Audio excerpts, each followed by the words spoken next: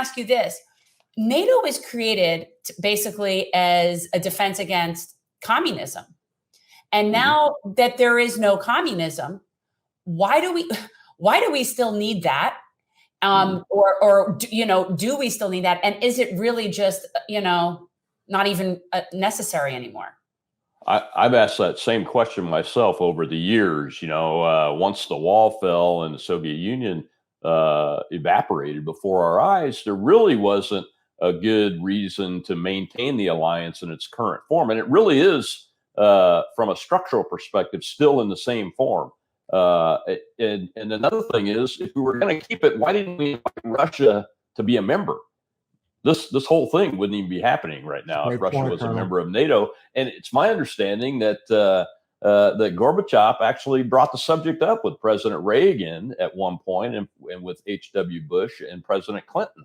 And it's also my understanding that the Russians also had brought it up too. So it's not like the opportunity wasn't there. So, and then there's this question of, we use NATO to go out and fight wars in the war on terror or whatever that is. And I say that as somebody who's fought in it and commanded Americans in it.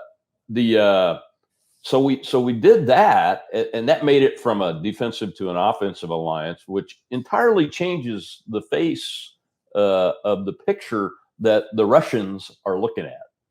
So to say that it's lived beyond its useful time, that may be one step too far. But I think at this point, what we're seeing is the results of us, the United States and our NATO allies, not addressing the world as it is, as opposed to what it was when the USSR existed.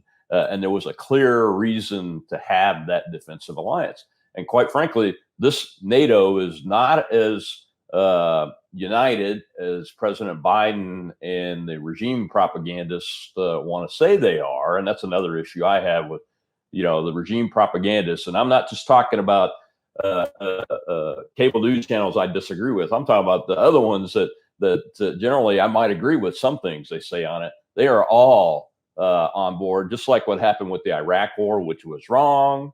And they're all trying to do it again. And this one's even worse. So NATO being where it's at today, and with its existence the way it is, only exacerbated this problem. And I'm not sure that I don't think it's going to survive. Look, it's weak. The Germans aren't really on board. They just denied a United Kingdom military flight from flying across its airspace on the way to another country in Eastern Europe. They denied some of the Baltic states from giving German-made weapons, which countries in NATO have other weapons from other NATO members that they purchase. And they can give them to other non-NATO members, but they have to have permission of that country that manufactured the armament in order to do it. The Germans wouldn't do it.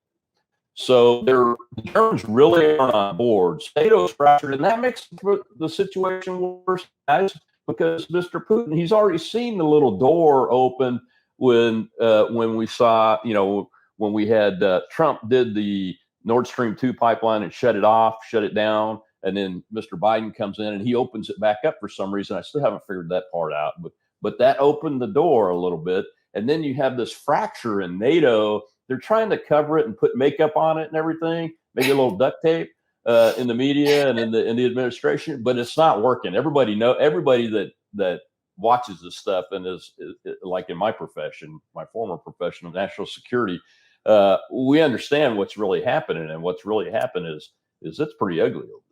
It's ugly over there, and we should not be involved militarily. That's the key thing. And that's another reason why I think NATO has lived beyond its usefulness, because the way we will get involved militarily is if Vladimir Putin, and I don't think that he is going to do this because he's a smart guy, okay, is if he attacks like one of the Baltic states or Poland or something like that. That's the surefire way that the United States is going to end up involved in a major war on the European continent, along with NATO allies. But the question of Germany is still open. It's open very, very wide, and that's very concerning. Shooting were to happen with NATO, what's Germany going to do? Thanks for watching. If you want to support our mission to transform politics into service, please like this video, subscribe, follow us on social media, and consider joining our Patreon, where you'll get early access to our interviews as well as other exclusive content. Links are in the description. Peace out.